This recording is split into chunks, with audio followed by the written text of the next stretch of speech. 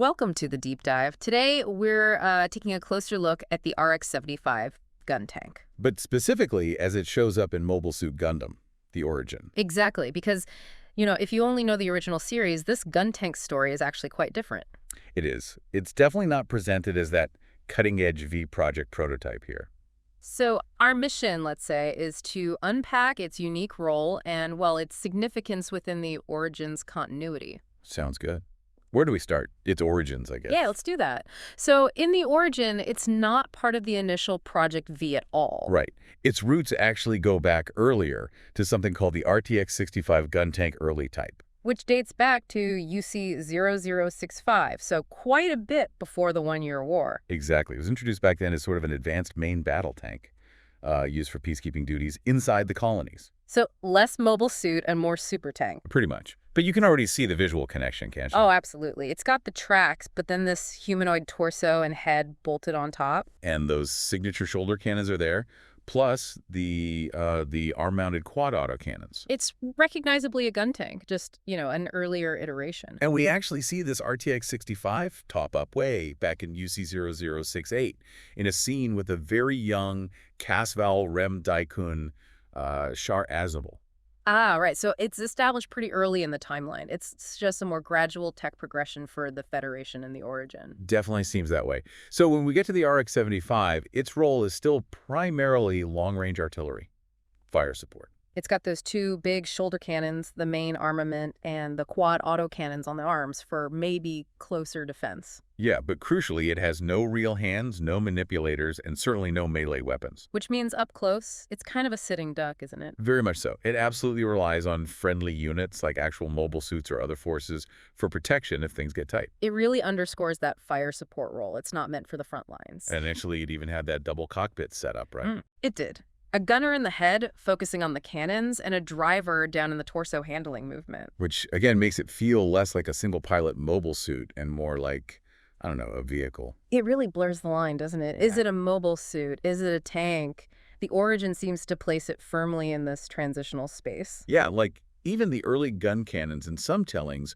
weren't quite considered full mobile suits by everyone at first. This is even further back. Okay, so fast forward to the start of the One-Year War, UC-00079. How does the Origin treat the RX-75 then? Well, this is the big difference. Okay. By UC-0079, in the Origin, the Federation considers the RX-75 Guntank basically obsolete. Obsolete. Wow. So not a secret weapon at all. Not even close. They were apparently using them for, target practice. So its appearance on the white base isn't some strategic deployment of a new prototype? No, it's more like desperation. Yeah. After Side 7 gets attacked, they probably just loaded up whatever was available and functional. And it's implied there wasn't just one, right? Unlike the original show where there's the gun tank. Exactly. The Origin suggests multiple units were present, implying it was a more mass-produced, albeit older, design. That really reframes its role on the ship.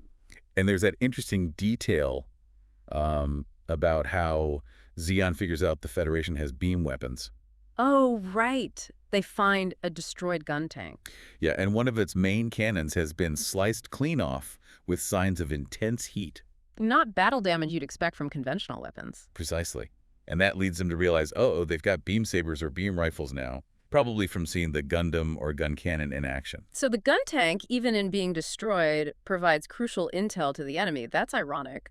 It is. It did provide some covering fire during the White Base's initial escape and journey to Earth, but Its design just wasn't suitable for space, was it? Those tracks aren't much use in Zero-G. not at all. So eventually it was pretty much removed from active service on the White Base. What about the pilots? We know Ryu and Hayato from the original. They're key here, too.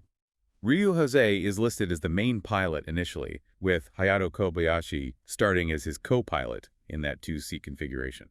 And Hayato takes over later, presumably after they maybe refitted it or just needed another pilot? Yeah, likely. But the Origin also lists other names, Kim, Yang, and Zhao.